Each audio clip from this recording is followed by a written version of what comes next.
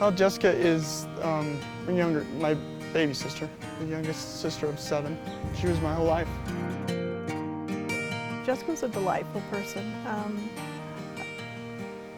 She loved her older brothers and sisters. She was always like the little sister tease, always around, laughing, singing, very creative, very artistic.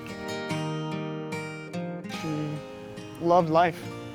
She enjoyed being with the family and spending time with us. And most of my fond memories are Idaho and Wyoming with Jessica, and on the four-wheelers and just spending time together as a family around the fire. We loved Jessica very deeply, and everybody really tried hard to help her when her bipolar disorder was discovered. She loved her friends. She had a big heart.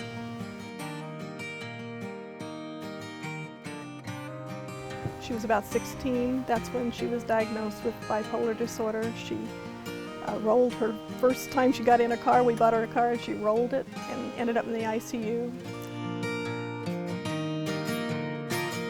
Because of her mental illness, it's led her down a path that's been very difficult, and a lot of that is we take responsibility for some of it, but much of it is because of the system that's out there and the resources.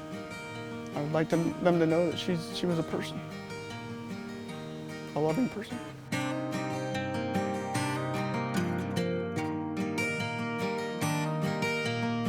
An atmosphere where the person in mania doesn't know there's consequences for their choices, but they're so happy, they love being there.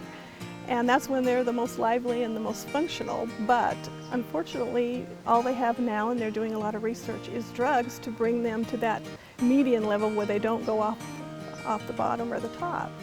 And if you don't stay on those drugs and you don't have someone to help keep you on those drugs, those prescriptions, not drugs, I shouldn't say drugs that way, but then it's very difficult for them to manage their decisions.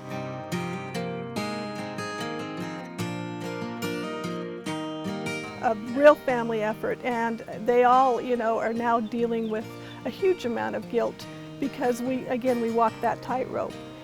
Every one of them have exhausted a lot of resources. They've finished their basement rooms for her.